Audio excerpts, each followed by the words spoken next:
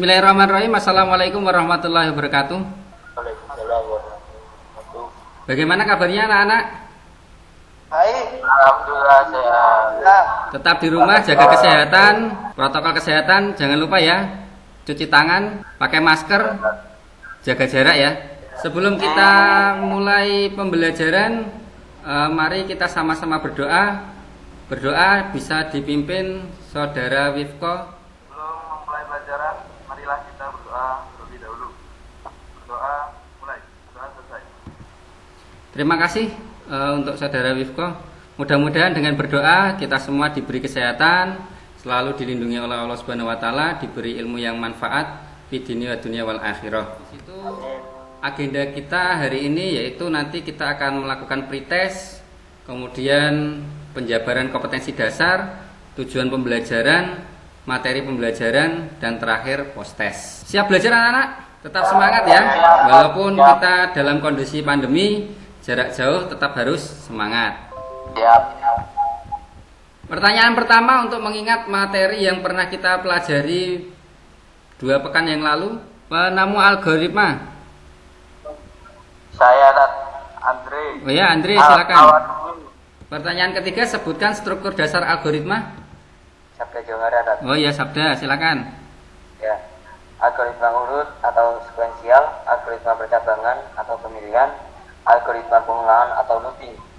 Ya, bagus. Masih ingat semua ya materi minggu lalu ya, yaitu dasar dari algoritma. Untuk kali ini yaitu memahami perangkat lunak bahasa pemrograman. Untuk kompetensi dasarnya pengetahuan, untuk keterampilannya melakukan instalasi perangkat lunak bahasa pemrograman. Adapun tujuan pembelajaran, peserta didik mampu menjelaskan berbagai perangkat lunak bahasa pemrograman komputer dengan baik dan benar. Peserta didik mampu menjelaskan kembali pemahamannya mengenai berbagai perangkat lunak bahasa pemrograman komputer menggunakan bahasanya sendiri sesuai dengan konsep materi. Jadi di sini sebelum kita memulai materi ada sedikit gambaran yang mana di situ ada aplikasi Gojek, kemudian ada aplikasi browser Chrome, kemudian ada aplikasi Photoshop yang bisa digunakan oleh sebuah perangkat komputer atau perangkat smartphone. Sehingga bagaimana aplikasi-aplikasi ini bisa digunakan nanti akan kita bahas lebih dalam di materi kali ini. Ya. Sebelum kita melanjutkan praktikum, kita ketahui dulu beberapa konsep dasar atau teorinya. Yang pertama yaitu tentang program. Program adalah serangkaian instruksi yang ditulis untuk melakukan suatu fungsi spesifik pada komputer. Sedangkan pemrograman yaitu proses menulis, menguji dan memperbaiki atau debug dan memelihara kode yang membangun sebuah program komputer. Jadi nanti kalau kalian praktek membuat sebuah kode, kalian bisa disebut sebagai programmer. Selanjutnya bahasa pemrograman, yaitu bahasa yang dapat diterjemahkan menjadi perintah-perintah dasar untuk memerintah komputer. Jadi kalau kita mau memerintah komputer itu harus menggunakan bahasa. Kalau kalian biasanya bercerita atau memerintah seseorang menggunakan bahasa Indonesia, karena kita di Indonesia menggunakan bahasa yang mudah dipahami yaitu bahasa Indonesia. Kalau di tingkat internasional mungkin yang digunakan bahasa Inggris. Tapi kali ini untuk mesin, kita tidak bisa memerintah seperti layaknya manusia. Kita harus menggunakan bahasa pemrograman, yaitu bahasa yang bisa dipahami oleh mesin. Nah, dari kalian ada yang pernah belajar bahasa pemrograman? Mungkin salah satu bisa menyebutkan contoh dari bahasa pemrograman. Saya Siapa ini? Sakif Muhayyar. Ya, Sakif coba. Saya pernah belajar bahasa pemrograman PHP, Python, Ya. C++. Oh ya, bagus. Ya, jadi bahasa pemrograman tadi yaitu bahasa yang dapat diterjemahkan menjadi perintah-perintah dasar untuk memerintah komputer ya. Jadi kalau kita mau memerintah komputer biar bersuara, biar bisa muncul gambar dan lain sebagainya itu menggunakan bahasa pemrograman. Saya Nur Wafid. Ya, Muhammad Nur Generasi Wafid. pertama Ya. language atau bahasa mesin. Hmm. Generasi kedua assembly language. Yang ketiga, generasi yang ketiga procedural programming. Generasi keempat 4GL. Ya, ya. Yang generasi kelima programming language based object oriented dan web development. Ya, bagus ya. Tadi generasi ada 5 generasi bahasa pemrograman ya. Yang nanti akan kita pelajari yaitu salah satunya generasi keempat ya, generasi keempat. Kalau siang-siang gini kan biasanya agak mulai capek ya. Silahkan kalian nanti kalau saya sebut SMK kalian jawab bisa, hebat gitu ya. Mana nih suaranya SMK? Ya. Biar tidak ngantuk bisa digerakkan dulu tangannya ke atas ke bawah gitu ya. Olahraga dulu. Masuk ke perangkat lunak bahasa pemrograman.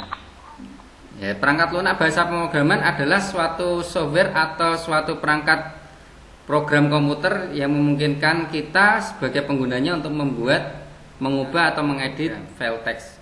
Jadi, apa saja yang kita gunakan nanti? Ya.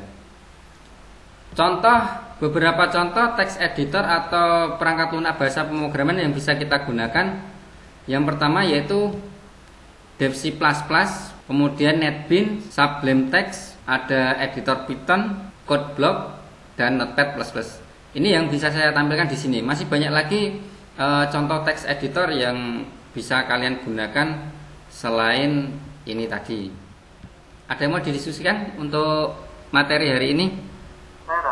Ya, siapa ini? Wipko. Ya, Wipko, silakan Wipko. Ya, saat ini kan perkembangan smartphone di dunia itu sangat cepat, gitu. Nah, pertanyaannya, bagaimana cara membuat sebuah program di dalam sistem operasi Android, Pak? Ya, bagus sekali pertanyaannya. Jadi aplaus dulu buat teman kalian ya.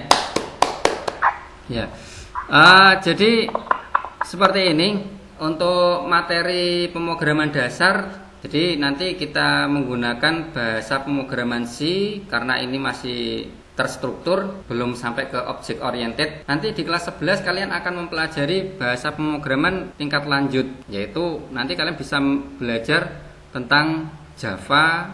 Kemudian nanti kalian akan dikasih materi di kelas 3 yaitu tentang bahasa pemrograman berbasis mobile atau yang biasa saat ini kita gunakan di smartphone ya, di smartphone. Soal pertama pengertian dari program adalah, yang bisa jawab masih ingat materi hari ini?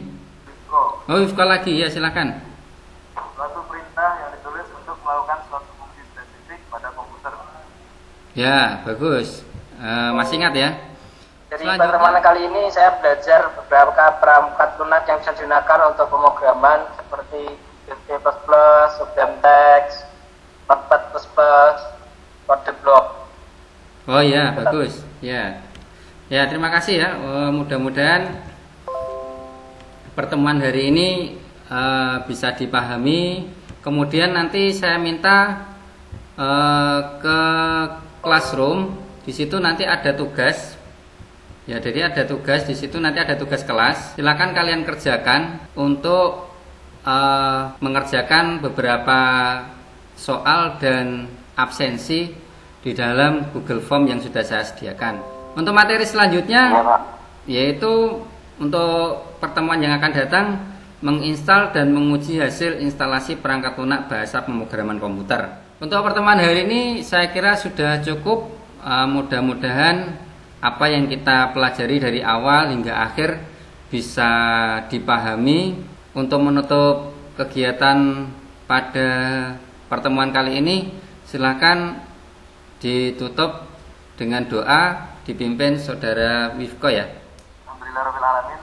Untuk mengakhiri kegiatan belajar kali ini, marilah kita tutup dengan bacaan hamdalah. Alhamdulillahirabbil alamin. Ya. Terima kasih atas perhatiannya. Tetap jaga kesehatan, jangan lupa pakai masker, cuci tangan, jaga jarak. Kalau keluar dari rumah, tetap semangat belajar. Dari saya terima kasih atas perhatiannya. Ihdinas siratal mustaqim. Wassalamualaikum warahmatullahi wabarakatuh.